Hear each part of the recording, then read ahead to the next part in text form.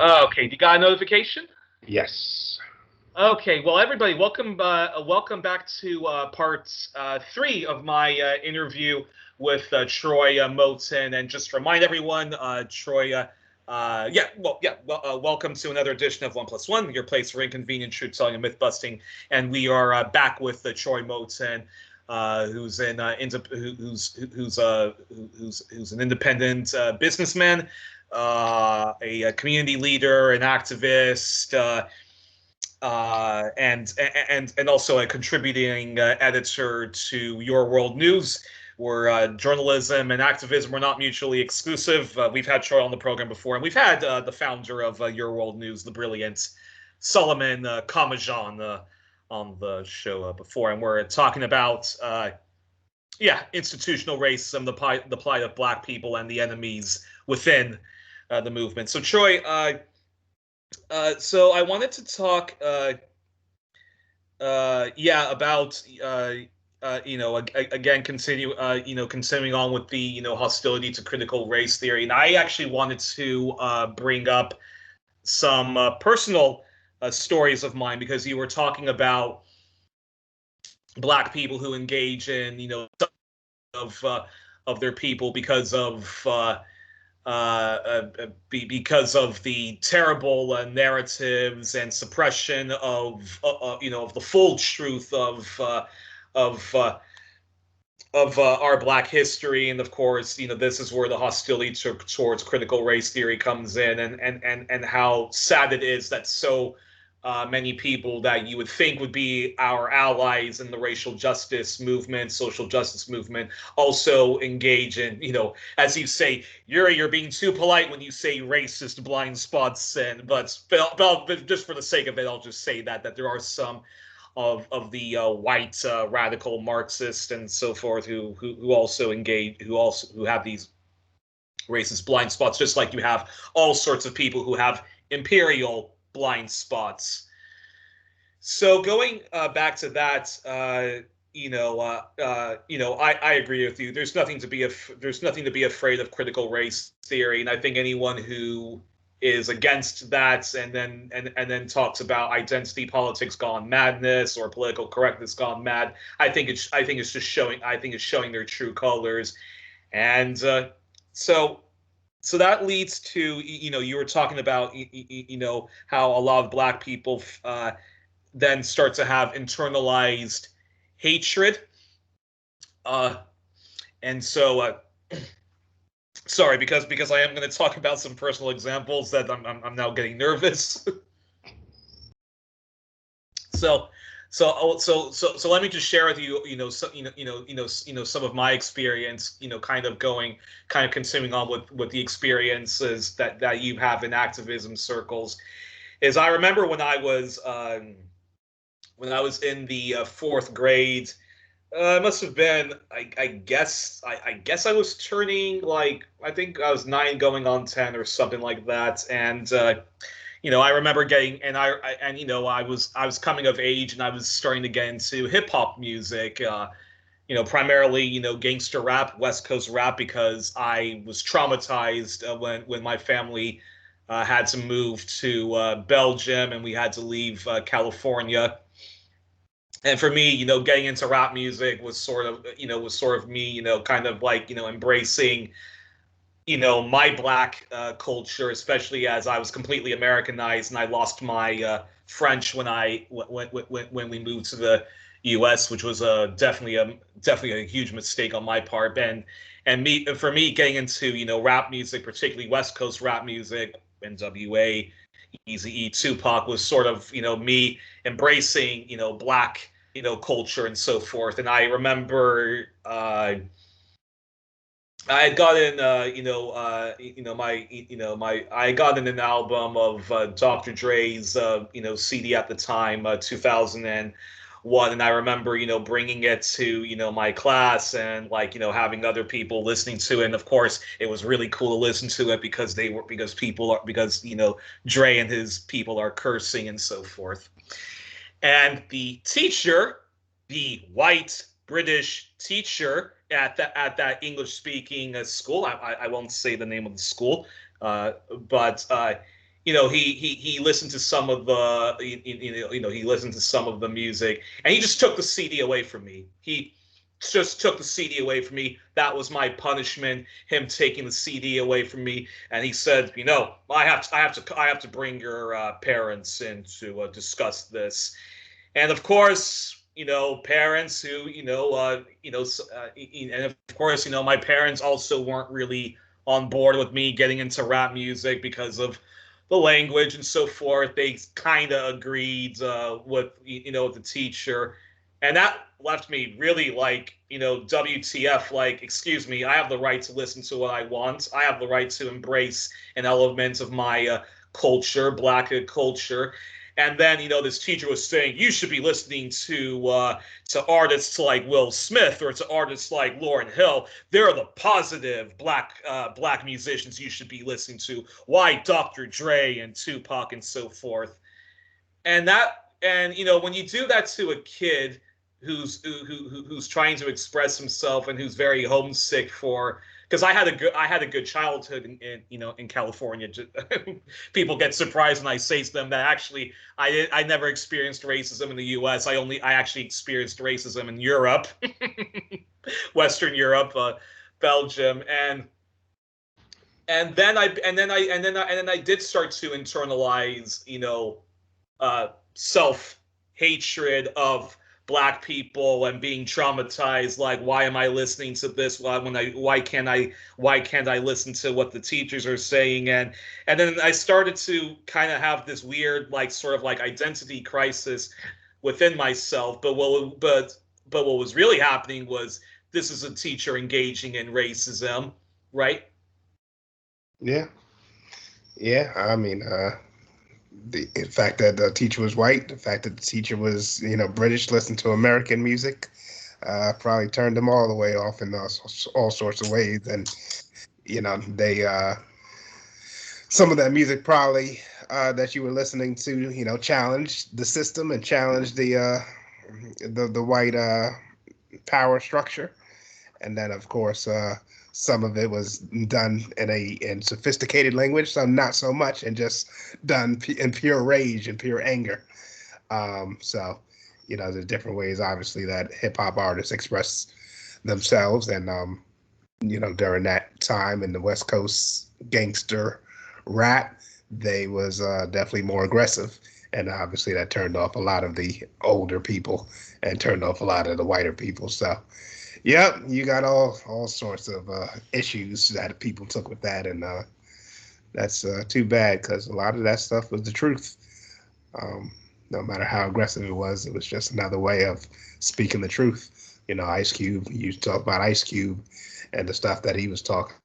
A lot of people didn't recognize him until the movie Straight Outta Compton and realized the same issues described. He described the police was bothering him and, throwing him on the ground and stuff. And that stuff was no different than what goes on this very day. So, yeah, hip hop has been very instrumental to expressing our struggle. Some, like KRS-One, and did it more in the conscious realm and was able to be very sophisticated in his rhetoric, and to Talib Kweli's and the Most Defs and so many other powerful artists, and then others were a little rough around the edges, but yeah, hip hop powerful, and yeah, you can embrace it. The self-hate that you felt, maybe it was from your parents not embracing it, maybe it was from the teacher, maybe it was from the media demonizing it. It's and when you're young and you got all of those influences in your family or influences around you, I can understand why you may have taken on a negative feeling about it, because everybody else was telling you should feel that way. But hopefully when you started to understand it more, as you grew older, you was able to appreciate it for what it really was. And you're talking, and I remember when your friend and colleague and a friend of the show, Solomon Kamajan, we had an interesting workshop about the hostility to critical race theory. and you were talking about how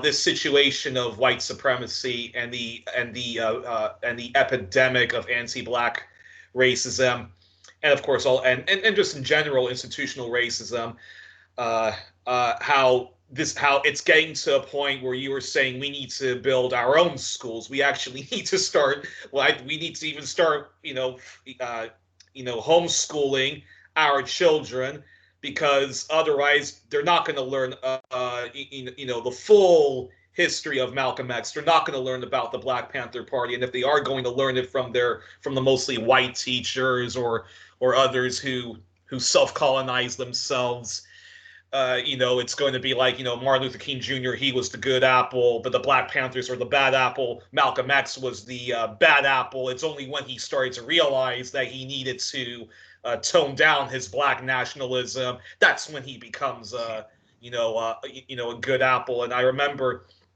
throughout my education, even when I had the best history teachers, they all, engaged in one shape form of just pure propaganda when it came to the Black Panther Party, describing the Black Panthers as being reverse racists and they were too, violent. And I remember this one teacher I had throughout most of my elementary, middle, and high school. And he was saying, Youri, you need to be more like Martin Luther King Jr. and not like Malcolm X. And yeah, your reflections on that. Yeah, just that more white supremacy. I tell you, that white schools, they are dangerous to black people. It's really destructive. Some And the more, multicultural schools, and the yeah, multicultural schools too. yeah, some more than others. But when you're told that the Black Panthers is a terrorist group, just a group that was just advocating for justice and freedom and equality, that is nothing but white supremacist lies, and they've been doing that for about every. Martin Luther King wasn't appreciated in his day. They called him all sorts of names as well, and pretty much everybody that was fighting for black people, they were underappreciated. And Muhammad Ali, when he was speaking out, and like I was talking about earlier, people revered him later in life after he got into his elder years, then they started praising him. But when he was speaking forcefully, they weren't. White people hated him, and most of the country was not speaking positively about him. So, yep, that when you go to a school that's not really, if you're not going to an independent black school, then or Afrocentric school and African-centered education, then you usually get that whitewashed anti-black, that education that's going to minimize black history at the least and demonize it at the most. And it's really destructive because a lot of people don't know who they are as a result, and some never recover. Some go through life with that white savior mindset, and it really doesn't allow us to elevate as a people, because you think so lowly of yourself and your brother and your sister, and think that we can't achieve great things like everybody else. And we surely can. We can build anything that we put our minds to, really. You name it, we can create a black version of it that will allow us to prosper and not, beg the white man for a job, for a position of power, for a degree of in their European medical system that ends up making us sick and harming us and bringing us early deaths. There's just so many different ways we're harmed when we don't embrace our own systems. So I'm so glad about the school I keep shouting out. It's called the Ziax Institute. It's in Brooklyn, New York, and it's a K through 12 African-centered STEM education.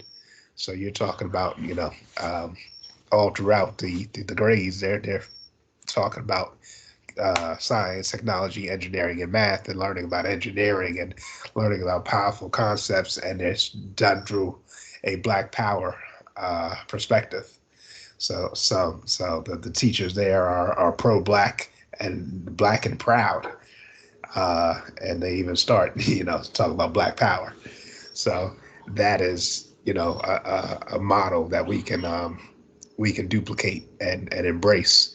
And really, if more schools turn out like that, that's a school not only that's in Brooklyn, New York, that kids can go to live, but they also have an online component. So there's hundreds of students that or I believe at this point, over 200 students that go to that school between live and online, and they have a powerful education, powerful pro-black education. Those kids are going to come out smarter and more confident and more courageous because of it.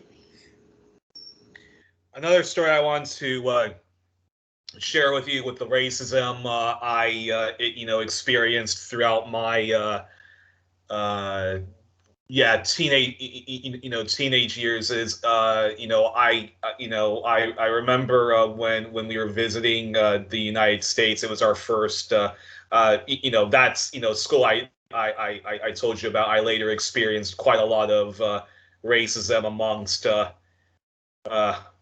what I thought were my white friends and stuff like that, and I won't get too much into that, but I do want to express this story, which was, I remember when we visited the U.S. I was so happy to visit the U.S. after such a terrible, school year and experiencing, racism for the first time, and getting into, my black music, R&B, hip hop and so forth. And we went to go visit, our friends, in California, and and I thought, this is great. Finally, English TV again. I can watch BET, I can watch MTV, and stuff like that. And every time I kept watching, BET, the white friends of ours would complain to my mom about that, or they would complain, why is he watching BET?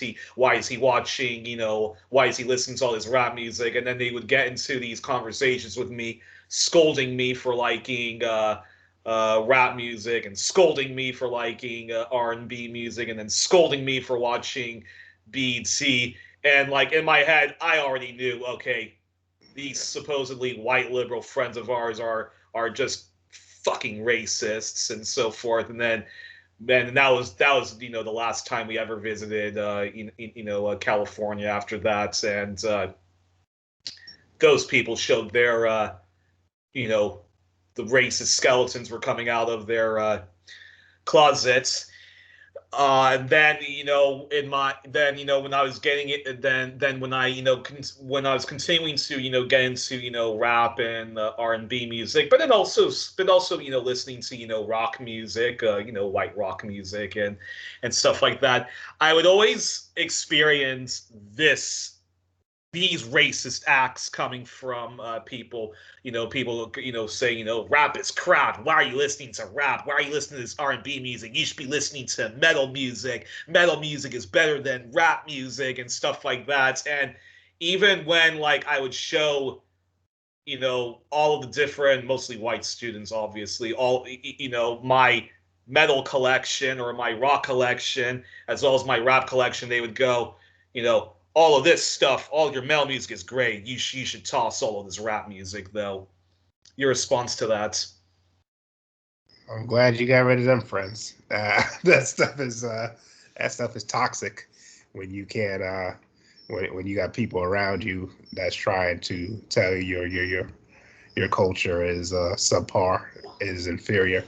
There's a when I talk to people about black schools, there are some people who talk about they think a black children should go to a mainstream school so they encounter other races and know how to deal in that mixed setting, and that way they can get early interaction with racism, and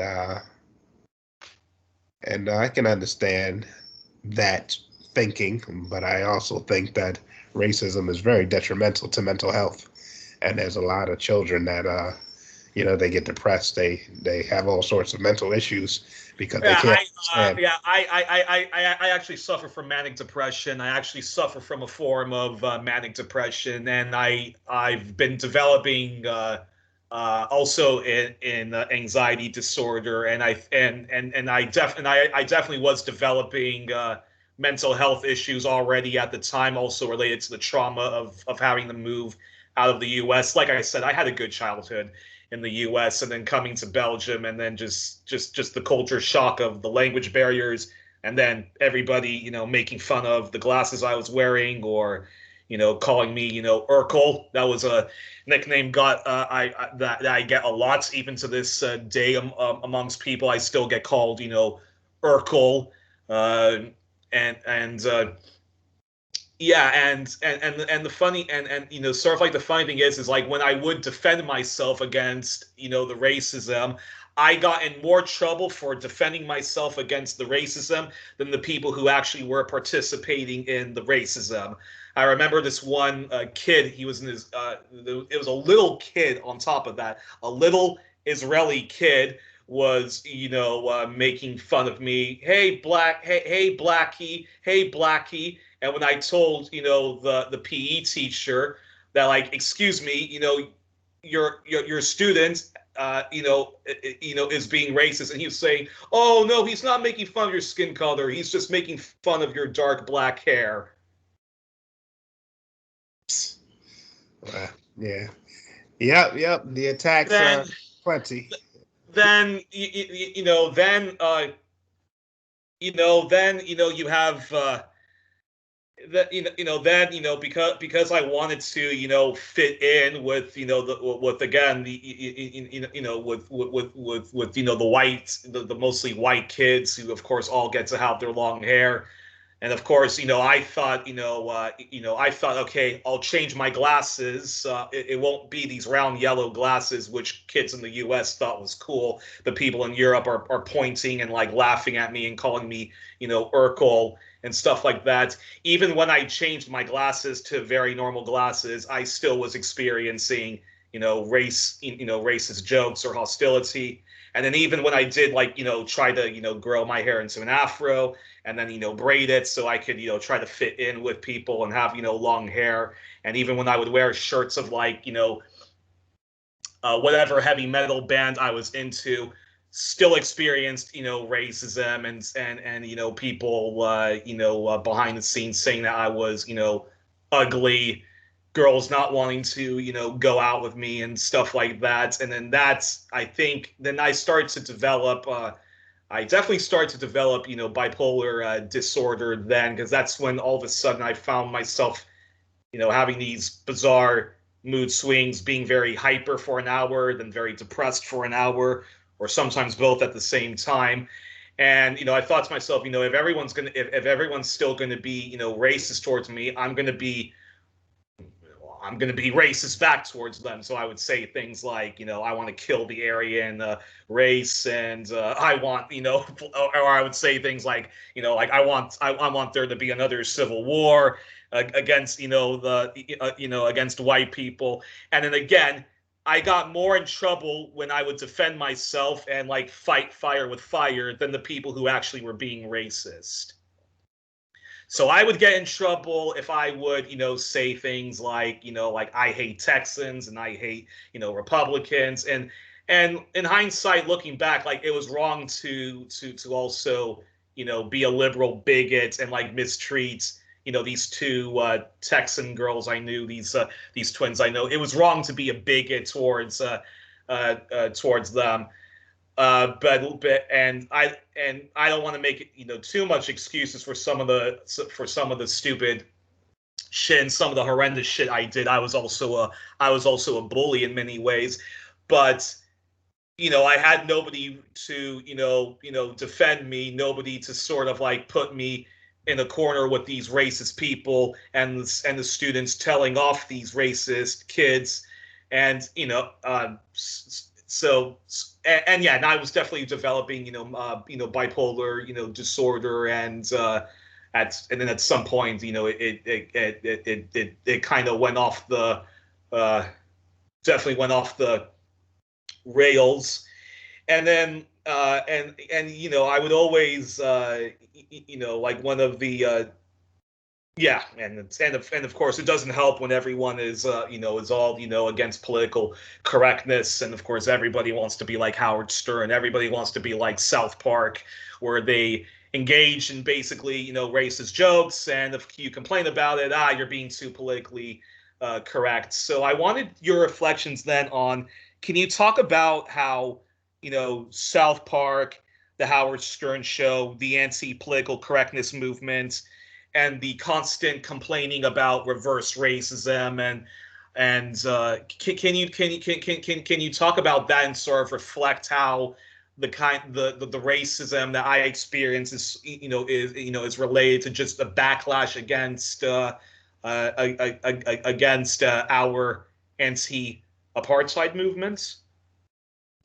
Yeah, the well, political correctness, I'm not a fan of. I'm a fan of the truth, and sometimes the truth hurts people's feelings, but that's okay, because the truth, I think the truth should be paramount. The truth should be prioritized. Like I was talking about critical race theory earlier, we were talking about how white parents and white kids don't want to learn about the truth because it hurts their feelings. Well, the truth is more important. That way we can make the proper judgments and proper adjustments.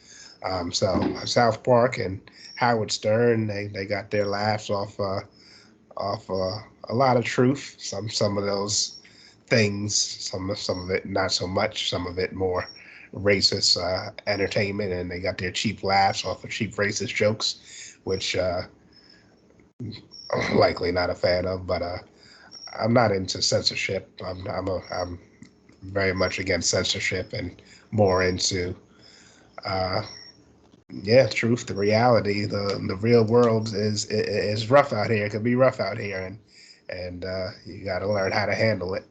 And I can just think that if your childhood was, if you went to an all-black school that embraced black people with love and talked about black people so glowingly and taught about knowledge of self and the greatness of our people, how you wouldn't have had to go through all those racist incidents between the students, and then when you go to the teacher who's supposed to come with the correct hand and punish the right person, the actual offender, instead they gang up with the racist and add to the racism and add to the assault of the child.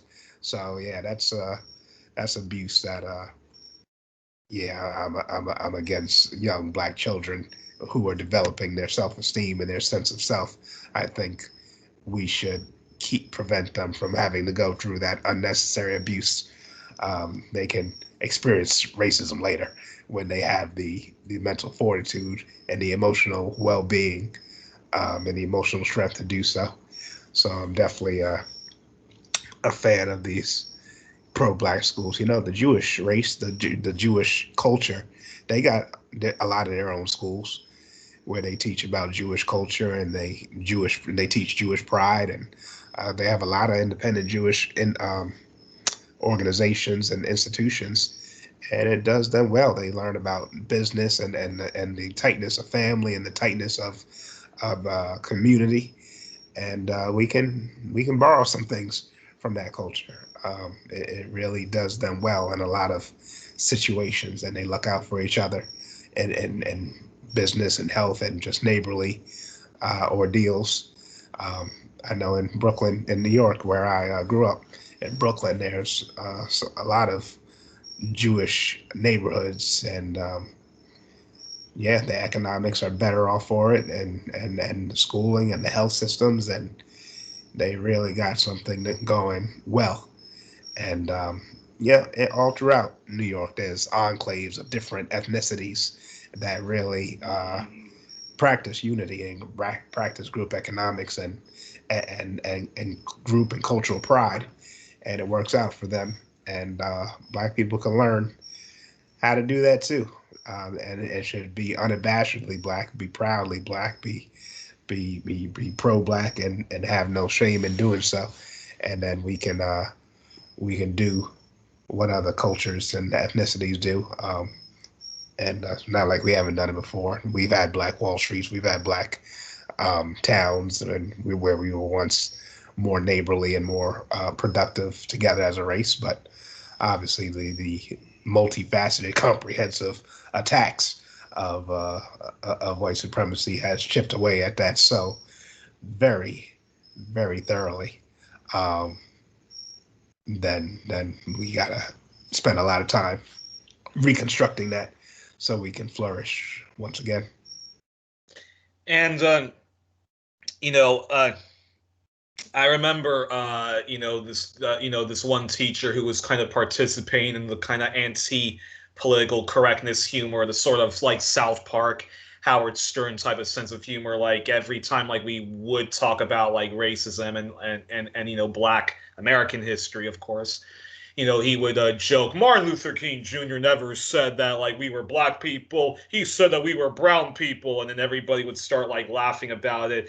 And like at some point, like I just stopped, like and I just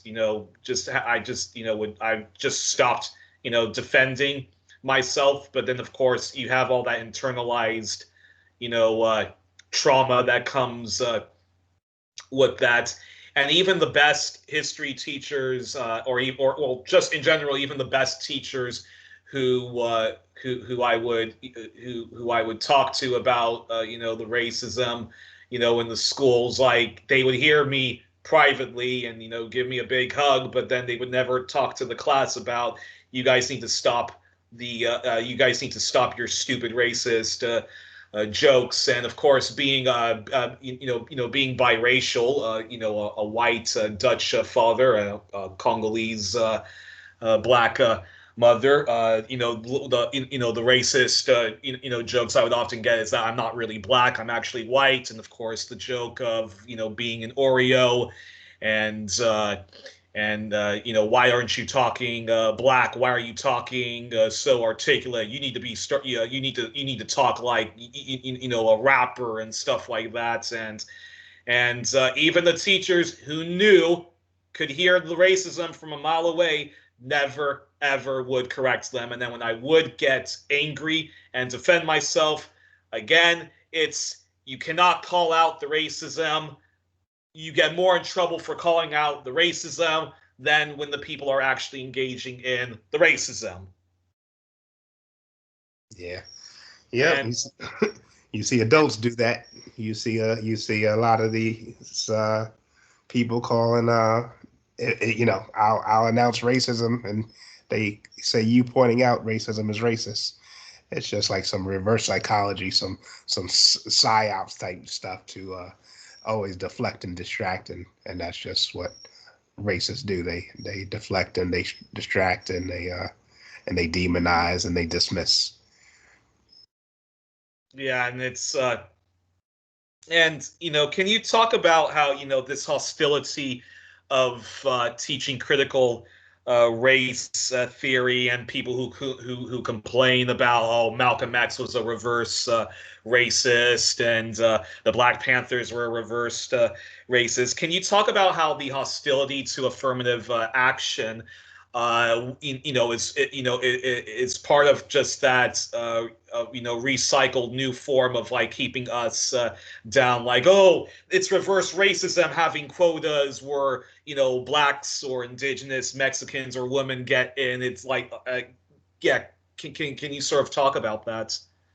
Yeah, affirmative action is just a corrective action, an attempt at a corrective action, like reparations is a corrective action. And when someone calls a corrective action a form of injustice or racism, then they're misunderstanding, oftentimes purposely, the difference between cause and effect. The affirmative action is the effect, it's not the cause. It's the it's the answer. It's not the it's the response. It's not the initial act. So when you're trying to right a wrong, you're trying to say that yes, this white race, this white group has gotten unearned benefits through the system of white supremacy, and now we're trying to equalize things by giving certain advantages to make up for all the disadvantages that happened prior. So affirmative action, ideally, of course, you wouldn't need affirmative action if things were equal at the start, But they're trying to make up for unequal K through elementary schooling and the misfunding or the defunding of education, and obviously the sometimes poorer neighborhoods that some of our brothers and sisters come from, and they have to make up for that ordeal and living under those unfortunate conditions, and that's all by the government's doing. So that's the government trying to right or wrong. Now, it doesn't always work out so well because you really need to deal with it in the beginning rather than at the end. That if you really want to make things equal, you fix all the injustices in the beginning instead of trying to finagle some sort of quota system, which sometimes is not properly executed. But of course, any attempt at creating justice, a system of justice, I'm going to be for. And people like Asians who say it's discriminatory against them, once again, they're not understanding uh, the white supremacy that that has put blacks in the inferior position, and Asians, they just they just don't see it, or they just don't have to see it because it doesn't affect them. Um, and if an Asian student says they didn't make it into college because they said they got it, the position went to a black person. Um, but that's just that's just the system trying to allegedly do something. And because the Asians, some of these Asians don't understand some of the benefits that they've gotten. Some Asians come over here and they get these H-1B visas, which gives them financial perks that a lot of black people fought for in the 60s and 70s. So a lot of immigrants are getting perks and benefits and rewards that they didn't have to fight for. Black people fought for a lot of this through the Civil Rights Acts and all the different movements. We was fighting hard for all these different groups, and they got a lot of the benefits. They got a lot of the victory, and we didn't get to take advantage of. So, um, you know, and they get business funding a lot of times. Immigrants get business funding, and not just scholarships and academics perks, but business funding and other stuff that foundational Black Americans, the American descendants of American slaves, don't get. So, people just got to do a better, if they want to be honest and real, they got to better understand what are the systems of advantages and disadvantages, what are the earned benefits, what are the unearned benefits, and how can we make things more just. Yeah, another story I wanted to share with you on the racism the racism that I experienced, still experience in Europe, Western, Europe is I remember I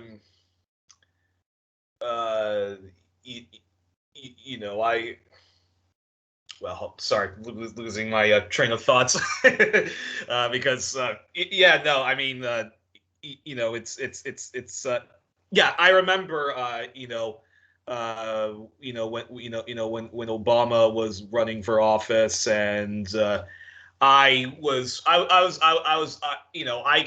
could, for me, I always thought he was a boring centrist windbag who was who was just who just was a status quo man. And then but then the funny thing is I got a lot of hostility within my family and within other people for not getting on the ridiculous Obama bandwagon. So I would be called a self-hating black person for not buying into the Obama stuff. And then when I briefly thought that Obama would be, good because I listened to his DNC speech, and I thought, okay, maybe maybe things will be good from him. And then of course, and of course when I briefly do like Obama, it's like, you only like him because he's black. Yeah, me too.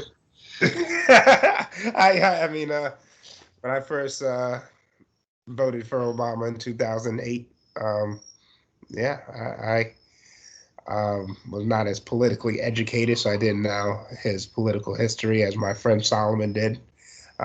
He was on it. He was like, "Nah, that dude isn't really for the people. That dude is captured by the the special interests and is for a lot of the warmongering and all the other all the other things that all the previous presidents before him were for. So this guy's no different. Don't let the black skin fool you." But yeah, a lot of people did give him a shot because he was black, because they thought well, also it might represent us, but turns out lots of black people can do just as many anti-black things as white people. What was also very telling about Obama, who did not talk at all about the plight of our people. He would always say stupid shit like a rising tide lifts all boats. Yes, there is racism, but and then I remember this one American. She wasn't a white American. She was from somewhere in the Middle East. I'm gonna protect her identity, but she was saying, "Hey, one of the good things about Obama is he's not always talking about the plight of black people. He's broadening the conversation," and it's just like, what? So it kind of reminds me. So let me get this straight. So Jesse Jackson, we can't have a Jesse Jackson because he talks too much about the plight of black people and building a rainbow coalition, but it's okay to support the boring centrist windbag that it's Obama because he's talking about basically like, all Americans as opposed to the very special kind of evil that inflicts on our people, black people. And it just ends, and I just thought that was bizarre. And of course, the moment nobody spoke out, when Obama declared his war on whistleblowers, and of course uh, but that's a whole nother subject. I mean, we could talk for hours on on Obama's real legacy and the people who did not want to call him out when he needed to be called out on stuff, and then the people who thought, well, he's already being racially harassed, so therefore we have to put our racist blind spots, imperialist blind spots on the fact that Obama was a warmonger and was definitely the perfect example of the black misleadership class, which Black Agenda Report, Your World News, Hood Communist, and others, spoke out on. And yeah, and it's just yeah, it's funny. It's like what Malcolm X says, like they put you, you put them first, but they put you last. And yeah, so I also wanted to talk to you. Yeah, so I also wanted your reflections then on this. If when we have these white socialists, these white Marxists, or these forget about the liberals. They're just compassionate conservatives in the end of the day, or fascists who have better table manners. But but I remember when I was talking with you, Solomon, and with a group of people about the whole hostility to critical race theory, and I remember saying when Solomon allowed me to speak, I was saying that when it came to the progressive era of Teddy Roosevelt, black people were excluded from that. When it came to FDR's New Deal, black people were excluded from that. And even now, even when Johnson was building his, great society and had his, war on poverty and Kennedy before him, black people were there. There was always some form or another of black people being excluded, or our black women being excluded from it, and even with, like, the GI Bill, of course, the whites. Soldiers got all the benefits, but blacks were excluded from that. Indigenous soldiers were excluded from that. Puerto Ricans and Mexican Americans were all excluded for that. So, when we talk about, our black our black justice movements, our anti-apartheid movements, again, I liked Bernie Sanders. I liked Tulsi Gabbard. I like people like I like people like Dennis Kucinich and stuff like that. And it's all good, us uniting for single payer health care, for truly affordable college, not the overpriced debt regime, which many people experience. But it doesn't change the fact that Native Americans suffer unique forms of apartheid. Our people suffer unique forms of apartheid. The immigrant communities, colored or not colored, suffer unique forms of this ridiculous capitalist system, and so forth. So therefore, if we really want to build a better America, we're going to have, why not, investing in, black communities, that we have our own healthcare system, which can be part of the single payer system, but it's just that, some of the diseases us black people have, there's medical racism. There's doctors who don't treat, the mostly, white doctors or different colored doctors who don't take some of our symptoms seriously, and don't understand about some of the diseases which are unique to us, like sickle cell anemia and stuff like that. And that's why like in New Zealand, that's why in New Zealand you have the indigenous communities, the Maoris, talking about, like, we need to build like our own healthcare system, so that we can so that Maori doctors can take seriously our health problems, which are not taken seriously by the broad white or multicultural communities. So yeah, and any reflections on that. And that, of course, goes back to why you are an advocate of critical critical race theory, as well as champion reparations for descendants of black chattel slavery. Yeah, a lot of people get caught up in the political and economic model terms: capitalism, socialism, communism. But you can have white supremacy in each of those economic models, and if white supremacy is a key tenet in either of those models, then it's not anything to be praised. It's not that much better. A socialist community, a socialist system that has, that keeps black people out of universal health care, that keeps black people out of, the GI bills like you were talking about, and the education bills and all the other stuff. If they're not equitably distributing the resources and all the different societal benefits, then it's and then we're back to square one. We're back to injustice, and injustice under a socialist system. A socialist system is no better than racism and white supremacy under a capitalist system. So a lot of people got to remember there's two parts to it. There's a justice part. There's also a freedom part. I was talking to somebody the other day that was talking about they was demonizing socialism and said capitalism is better, because they were talking about socialists. There are some socialist countries that are real, dictatorial, tyrannical. I said we live in the tyrannical capitalist nation of the United States.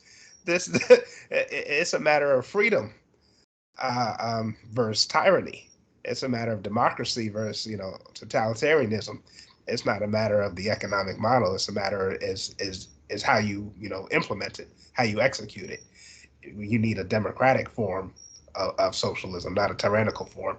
If you're going to do capitalism, you need a democratic form, not the plutocratic form that we have here. This, just the wealthy elite that run everything behind the scenes, and not so behind the scenes really. If you're paying attention, you know that the politicians run. I mean the pharmaceutical companies and the oil and the big coal and big agriculture. They run the politics. They run this country really, not the politicians that we so-called elect. So this democratic system of voting is not really fully democratic, not fully representative. They got all sorts of shenanigans with the voting systems and the electoral college and just the choices that we are narrowed down to and not given choices that really represent us. So, we see right now with this with this global issue that we're going through now, how rights are being chipped away and all these different so-called constitutional rights are being just completely being done away with and just chipped away. And like, oh, what happened to what I thought the Constitution was a big deal? They're like, no, not really. The Constitution, the United States, wipes its ass with the Constitution when it feels like it. They really got the I'm white and I say so is the law of the land. And we see that every time a cop shoots a unarmed or unjustified killing of a black person, how the whole respect of life and liberty and pursuit of happiness is completely disregarded, and no justice. A lot of times the cop doesn't go to jail. It was very rare, like in the case of Derek Chauvin. What him and the guy and the lady who killed Botham Jean. Those are two white cops out of how many that did an unjust shooting of a black person, and only two of them went to jail out of the hundreds, and the rest of them didn't go to jail. The rest of them, they didn't lose their job. Mostly didn't lose their job, and they just went right back to work, and the system protected them. Not only did the police chief protect them, the police union protected them, the politicians protected them, the president of the United States, including Barack Obama, he protected them. He said something stupid like when Trayvon Martin got slaughtered, he was like, if I had a son, he would look like Trayvon.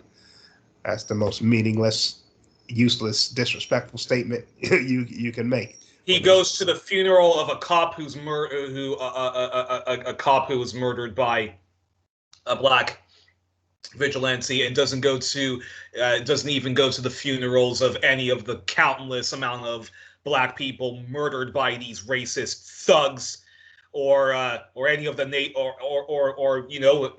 since we both care about the plight of indigenous people, Obama couldn't release Leonard Peltier, only decided, okay, I'm with the Standing Rock water protectors only after the fact. But then, of course, he knows that Trump is going to get into office and continue on with the apartheid that indigenous people face. And then it just goes on and on and on. Like, it's like the Frank Zappa song, The Torture, the torture never stops. And then, you saw people, when there was the mass protests going, the mass protests in response to George Floyd, complaining about, why are you guys tearing down statues of the founding fathers? You should only be tearing down statues of the Confederate flags. And, all of these Black Lives Matter, they're all, funded by George Soros. And remember, guys, when it's Black Lives Matter, don't forget to talk about the class struggle, and we need to unite, all of us working class people. And it's to the point where people are where you have some people who say, no, it's not white supremacy that's the problem, it's capitalism that's the problem. And it's like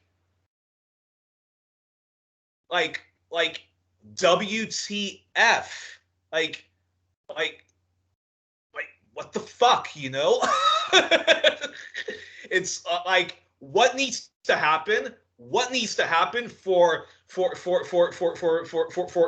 supposedly white Marxist comrades and so forth to just say, you know what, racism is part of the same evil coin as capitalism, and we stand in solidarity. Black Lives Matter. We stand in solidarity with an end to police brutality, and we're going to get behind the community control of the police, or defunding the police, or be involved in the radical abolitionist movement. Like, what needs to happen for people to just to stop with this bullshit about identity politics gone mad, and it's just Yeah. Well, you good luck with that. With trying to wait for them to come around, because I think that's been a lot of a grave mistake that Black people have, just thinking that some of these people have humanity and waiting for the humanity to show up when it's not present. So when you look into to moralize with someone who doesn't have any morals, you're going to be constantly disappointed. So I discourage that, and I suggest focusing on the people who actually show that they care, and you don't have to convince that injustice is injustice and that bigotry and prejudice is wrong. Like most people, white supremacists know white supremacy is wrong. They don't care. And trying to get them to care is a complete waste of time, and it's really ineffective. So we should stop doing that, and more Black people are learning. So I'm proud to say I do see people. I do see people like, we wasted enough time in the 60s and the 70s and the 80s and the 90s, and now 2000s, they're like, oh, they're not coming around. We're going to focus on us. So that's a good thing. And also I would say to some of those people, if I had the patience, because you were saying to me that you're being far too polite to some of those people when you say things like that they just have racist blind spots. And if I could talk to some of those class reductionist folks, solidarity goes both ways. I'll happily protest against a bunch of white workers, under the boot of the, of the plutocrats. I'll happily, protest against that, and I'll happily, join the movement for single-payer healthcare, a radical, affordable education program. I'm happy to do all of that. I am happy to do all of that. But you know what? Solidarity goes both ways. If you're not showing up to, a solidarity for Black people being murdered with impunity, or Indigenous people being murdered with impunity, and the disgusting ghettos, the reservations, and the real humanitarian crisis that Indigenous people and so forth face. Like, if that's too much for you, or because it distracts from the class struggle, then it's like, well, then don't be surprised when when a lot of Black people basically do this to you guys. Right. Right. Or other or other marginalized groups don't do this to you. And it reminds me how it kind of reminds me because I stand in solidarity for queer queer liberation, and I know so many of queer people. It's like, well, we were there when the miners were being attacked by Margaret Thatcher and so much of the Labour Party threw the miners under the bus, and we were there on the front lines, gays and lesbians support the miners. And then it's like, when we're fighting for marriage equality, or when we're fighting against the medical racism and so forth, and our right to adopt children. They're not there. They're not there for us. So you know what? Solidarity goes both ways. Solidarity goes both ways, and if we're there, and like you said, the Black Panther Party, the Young Lords, even the American, Indian movements, and so forth. A lot of them were on the front lines, solidarity to, to white people who are being oppressed by this unjust racial capitalist system. You had Martin Luther King Jr. That's what he was trying to do with the Poor People's campaign. Uniting all those oppressed, uniting everyone. The solidarity, and yet he was thrown under a bus because he spoke out against the Vietnam War and so forth, and connecting that racism at home is imperialism abroad, and whatever, and even though King wasn't an anti-communist left, he knew that the Vietnam War was all wars were completely unjust, and of course you had Paul Robeson, so solidarity goes both ways, and if you're not showing solidarity when when we showed solidarity to you, then yeah, don't be surprised when you do have black nationalist movements. People like Khalid Mohammed, who was kicked out of the Nation of Islam because of for a lot of controversial things he was saying, but and yeah, don't be surprised then when the Louis Farrakhan's of the world are saying, what, we're not going to stand in solidarity against anti-Semitism when a lot of you white Jewish communities are playing a part in the oppression of our people, the dispossession of our people and other people of color. And it kind of reminds me of Khalid Mohammed. Again, I don't endorse a lot of what he said, like calling for a genocide of white Afrikaners and so forth, and a lot of this anti-Semitism he did. I do not endorse any of that, but he said something. I remember watching part of a speech he did where he was talking about the white man is the is the devil and so forth, and he was saying he was talking about Malcolm X when he went to Mecca and then realized that he had to tone down his black nationalism and try to unite all oppressed people and stuff like that. And Khalid Mohammed, in his speech, he goes, "I did not found what Malcolm found. I found racism amongst the white Arabs that you could cut it with a damn knife.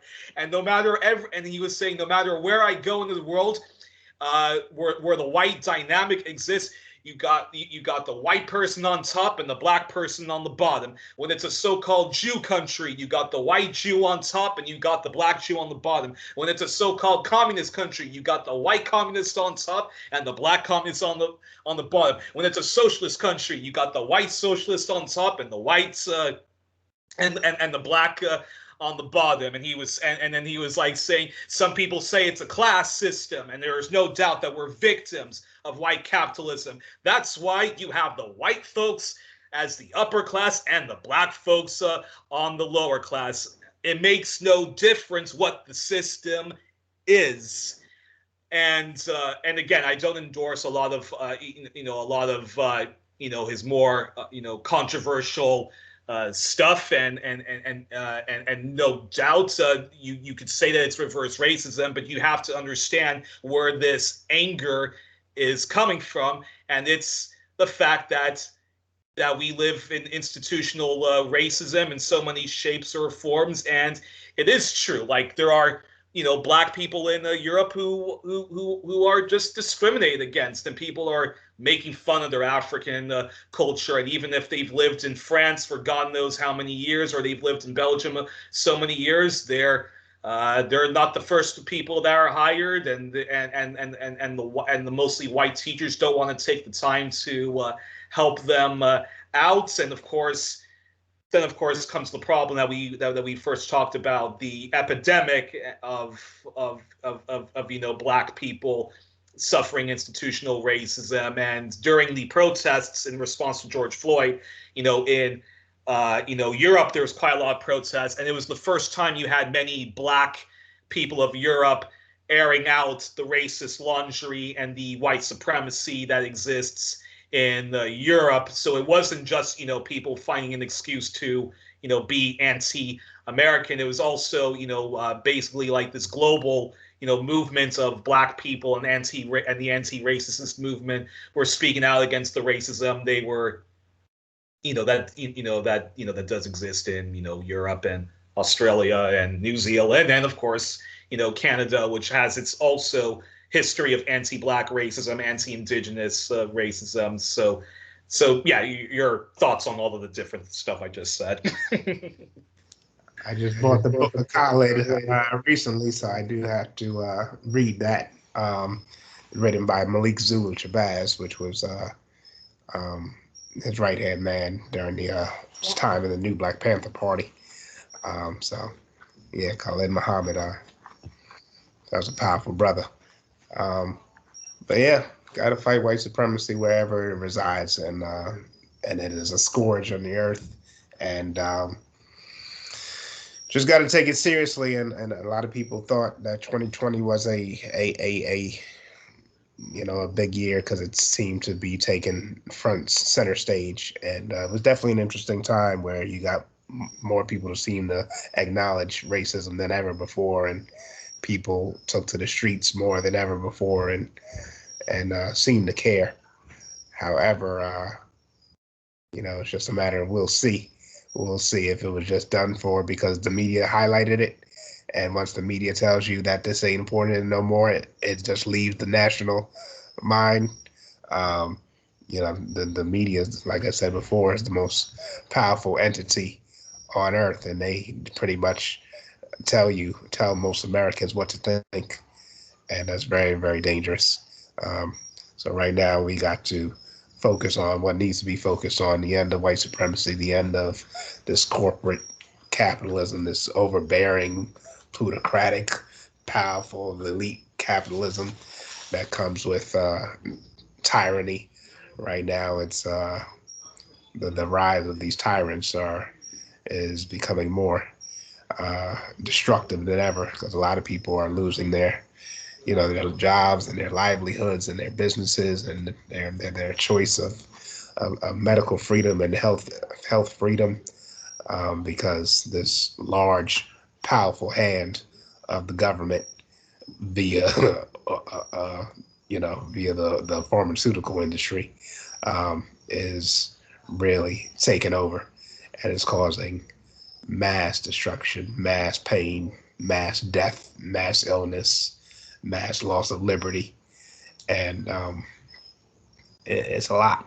It's a lot, but you gotta fight because you just don't want to sit on your knees and let them kill you, let them off you without a fight. So there's definitely many fronts to fight on. There's many issues to tackle. We can debate which ones are more important, which ones are more urgent. Everything we said is urgent. Everything we said is important. It's just a matter of, what you're going to spend your time fighting and what you're going to do about it. We've stated some of the solutions about, building the independent institutions and separating from some of this, these bad teachings. If you separate the schools, get yourself out of these white supremacist schools and turn off the white supremacist media, then that'll do you a great deal. The media, man, like I said earlier, you turn off that TV, your life will get so much better because you'll have a clearer mind. You'll be smarter. You'll have more of a grasp on reality instead of this this fiction that they put on the screen in front of you. And if you read a book, if you read a few books, you'll start to realize what kind of matrix we're in, and we can start to deprogram some of these real destructive thoughts that's really taken over the world. And So definitely an interesting time. Three last things I wanted to talk to about as we wrap up our conversation. There's a book I have to plug called by this British this black British journalist called "Why I'm No Longer Talking to White People About Race." And she talks about white supremacy in Britain, and it's so similar to the plight of black Canadians and black Americans and so forth. And she talks about those white socialists and Marxists and their, as I say, racist blind spots, and of course these feminists, mostly white feminists, and their racist blind spots and so forth. And I really recommend people read these books. I'm not sure what her position is on a lot of the the issue of imperialism, but I really do recommend that everybody get this book. And if you are one of the white people who are so defensive about the arguments that she says and throws the book, well, you've shown your true colors. And another book I have to recommend is Susan Faludi, The Undeclared War Against Backlash, The Undeclared War Against American Women, against American women. And it goes into the history of how every time fragile gains are made for women, there's always a new form of keeping, women, regardless of what their color is, like in their place, and how some of the worst people who are anti-feminist and are patriarchy are actually women themselves. So people really need to get this book. Although I disagree with her liking Gloria Steinem, but that's another issue for another day.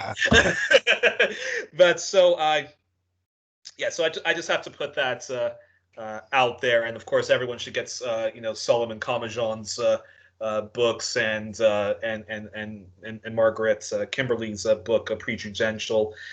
So one of the last things I wanted to talk to you about as we wrap up is now in Canada, and I cover a lot of I cover a lot of Canadian topics, and I seem to have quite a quite a small but a pretty sizable Canadian audience following me, and so because I cover a lot of Canadian topics. And as Canada also had their solidarity protests against the racist murder of George Floyd, and it was a chance for the Black civil rights movement in Canada to talk about institutional racism in Canada, anti-Black racism in Canada, the police brutality that Black Canadians, Indigenous Canadians, and queer folks and others face in Canada. And I've noticed that in Canada, because we both care about the plight of Indigenous people, in the U.S. and so forth. And I've noticed that that now that anytime I watch Canadian news, the shitty news, but also the good left-leaning outlets, they talk a lot about Indigenous people, the plight of of Indigenous Canadians, the residential schools, the intergenerational trauma, and the kind of white socialists there are front stage and center talking about the plight of Indigenous people. And when the George Floyd protests was happening in Canada, and you saw all these Black Lives Matter protests and the tearing down statues of their white supremacist leaders, and calling out the Liberal Party and the Conservative Party and all the different rival white supremacist parties of Canada, I've noticed that a lot of that there's a lot of Indigenous people also in there, and there seems to be a growing merging of the Native Lives Matter with the Black Lives Matter. And do you think that do you think that'll ever happen in the U.S. where where the Black Power movement merges with the with the Native Lives Matter movement in the U.S. Could we ever see that, or uh, or not in the foreseeable future? And if we don't see what's happening in Canada happening in the U.S., where we talk about both Black Lives Matter and Native Lives Matter, why do you think that can't happen in the U.S.? Um, Two reasons. Number one, Native Americans, they don't get much exposure, so a lot of people don't know about their issues because a lot of people don't know they still exist.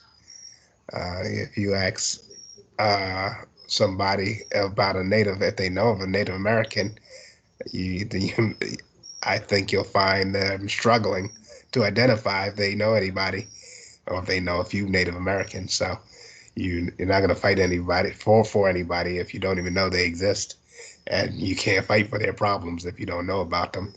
So the fact that they don't get much exposure, their problems, their issues, and like we were just discussing earlier, is the reciprocity there.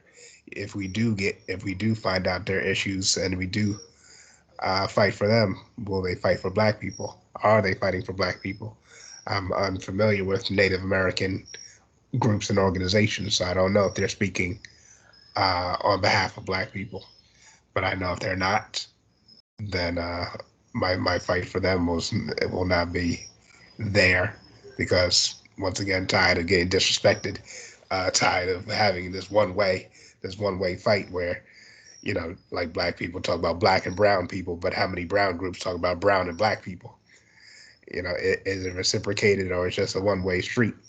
And if it's just a one way street, then that's not going to really fly anymore. So if Native Americans are fighting for Black people, then Black people will come around to fight for Native Americans, and then it can maybe see the progress that's maybe going on in Canada. But right now, if you look at the mainstream news, there's no Native American stories in sight. Um, and most people are not seeking out any Native American media sources. Uh, yeah, I know relatively little about their issues. I know I visited Pine Ridge Reservation in South Dakota about 10 years ago, or a little over 10 years ago, and that was um, enlightening. um, we got a common enemy in the white man, uh, and to hear their different manifestations of the problem, particularly alcoholism and suicide, um, was very enlightening. Um, but yeah, outside of that trip, I can't say I know too much about the Native American struggle. I know about the Keystone Pipeline running through their land and spilling oil on their lands. Uh, I do know a little bit about that, but outside of those issues, I can't say I know much more. Okay, hopefully, I'm not a fan of saying Canada is better than the United States, because they're two settler colonial regimes. They're both imperialist nations. They learn the best from the British, but hopefully, uh, the one thing I do think that the U.S. Left, Black, Latino, or white and so forth. One thing I think that they should take inspiration from Canada is putting Indigenous issues at the center of all of the evils that we continue to experience. And it's very, very lovely to see the solidarity that's showing vice versa with Native Lives Matter in Canada, and Black Lives Matter in Canada, and just, well, hopefully that happens in the U.S. But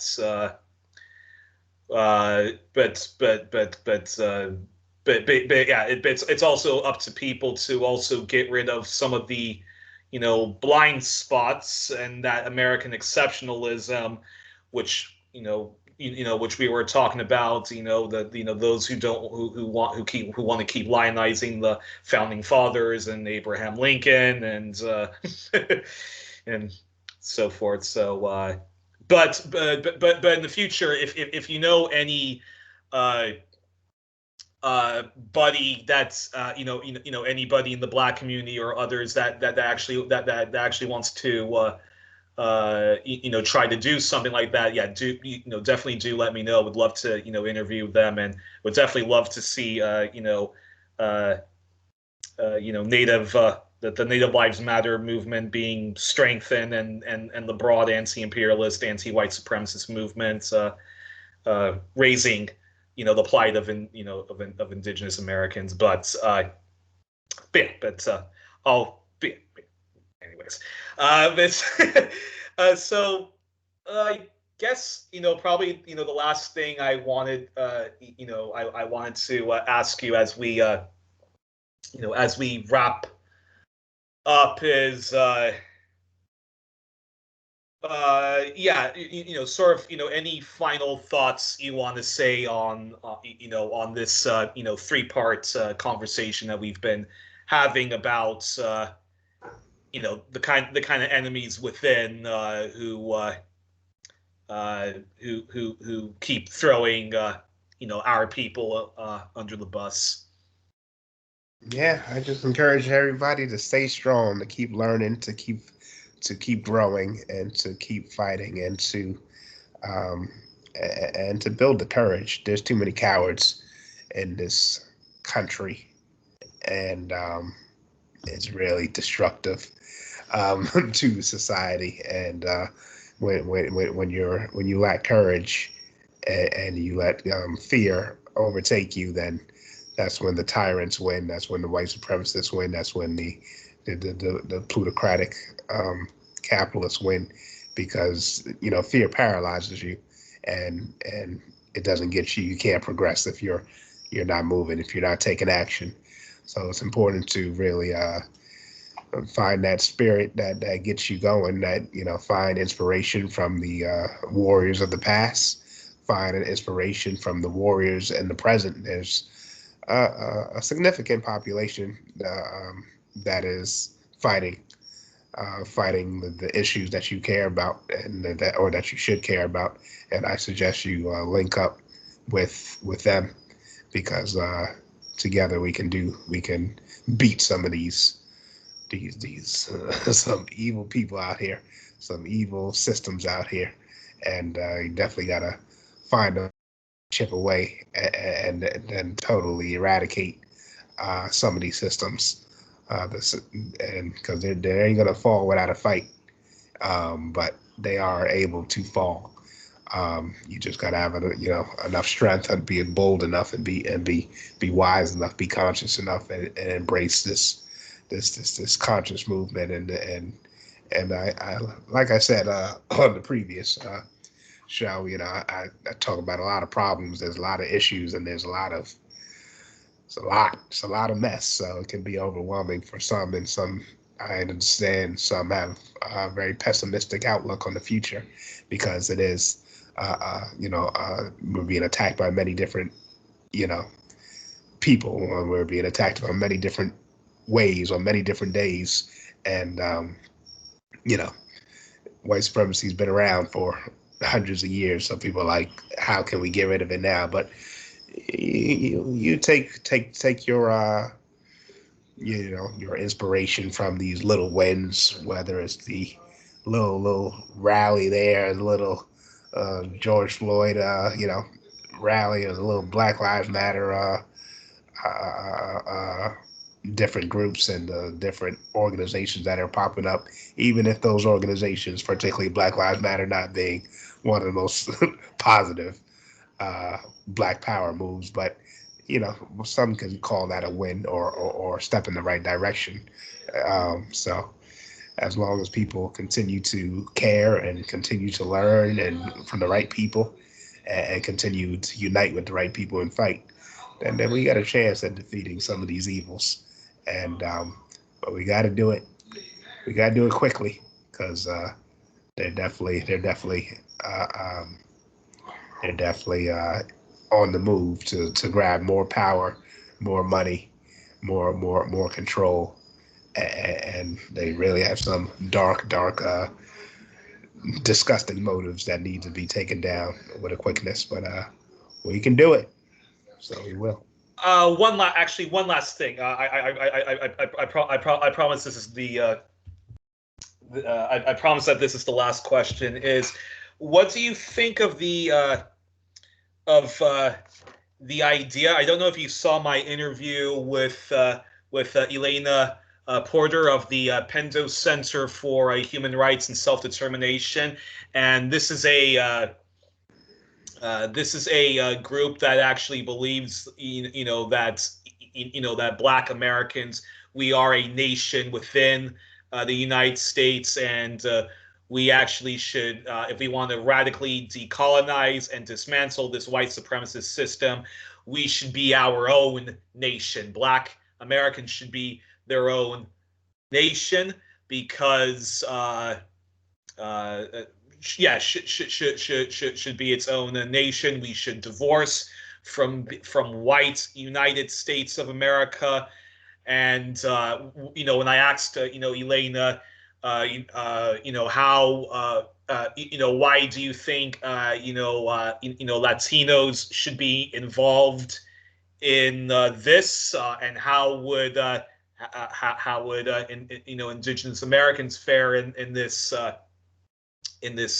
black nation, and she was saying, hey, if you know anything about black people, we welcome Latinos, and we're going to welcome Native Americans with open arms because they'll have a good shot in our new nation. And although I didn't really agree, although I didn't agree with her with the whole Native Americans also participated in slavery, and I know that I actually respectfully, kind of disagree with that narrative in history, and it's an issue I'll definitely revisit, hopefully with a Native American person and a black leftist to discuss that part of history. But she was saying to me that, like, hey, in our new black nation, we're ready to help out Native Americans with their business and ending the shameful plight that many of them suffer with the reservations and so forth. So what do you think of that idea of divorce white America, have our own nation, and we welcome Latinos and Indigenous people with open arms, and that's in this new black American nation, which completely decouples and separates from white America. Yeah, yeah, I've mentioned separation on several occasions. I mentioned self-determination and self-sufficiency and independence. So I have embraced those ideas and the different debates on whether Black people should just move away from this country altogether and try to start over in a different land, or we should try to grab some of the southern states and make our own portion of the United States, make it a Black nation. And because white supremacy is global, maybe the latter would be a better idea, because if we all, first of all, most of us wouldn't want to move out of America to Africa anyway. Secondly, Africa, because of the cultural differences, they wouldn't really embrace a bunch of millions of African Americans. I think we'll get a rude awakening, thinking we're just going to be embraced when we haven't been there for hundreds of years. And we have and of course, there's the language barrier, and of course, Africa is very complex, made all the more complicated because of the African Holocaust and Europe dividing and conquering us, and what we see in Afghanistan. That's stupid Western do-goodism. That's a white man's burden thing, and of course the U.S. supporting the most reactionary forces in Afghanistan, the Mujahideen, now the Taliban, and all of those. Then the Western alliance, those Afghans who participated in NATO, also engaged in massive amount of atrocities, which WikiLeaks exposed, the systemic, war crimes. So, yeah, I respectfully disagreed with Marcus Garvey with the whole back to Africa thing, and I mean, as a socialist, I'm more in favor of like all of us uniting. This is where the whole class struggle stuff comes in, where my Marxism comes from.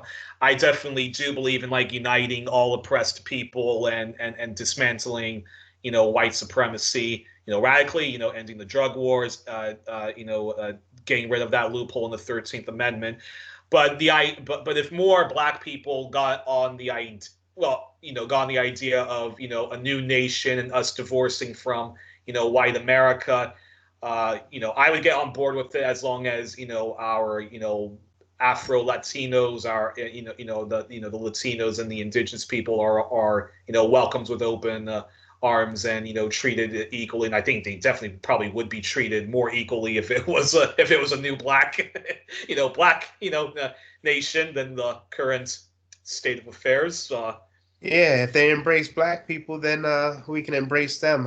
I do understand that a lot of Latin people, they hold strong anti-Black sentiments. So, on the census, they when they choose race, a lot of them check the white box, and they embrace white supremacy, and they have a lot of them, try to assimilate into white culture, and they adopt a lot of the adopt a lot of the white supremacy they see on media as well. So you got to be careful trying to grow with the people who don't want to grow with you. And the indigenous, once again, I don't know how pro-Black or anti-Black they may be. I'm less familiar with them at this time, but if they're for us, we'll be for them. It's all about solidarity going both ways, as I mentioned earlier during the program. But yeah, I think that's probably a good place to end it. And of course, this will be the first of many conversations, and I'll definitely send you the link of that interview with Elena Porter. But alrighty. So we were joined on this edition of 1+1, part 3 of my interview with Troy Moten. Troy Moten is a businessman who helps out Black small businesses and trying to develop the resources that our people, Black America needs. He's also a contributing editor to Your World News, where journalism and politics is not mutually exclusive. And of course, Troy is an anti-imperialist activist and stands in solidarity with the Native Lives Matter movement in the U.S. So, Troy, thank you so much for this conversation. I'm looking forward to uploading this in the 3 parts, and I really hope people check out your business, and I'll post some very good links that people need to read. And thank you so much for taking the time to talk to me, and I really hope that a lot of people share this widely. So thanks very much. Thank you. Great conversation. Always an honor to have you on. You give my best to Solomon and all of them.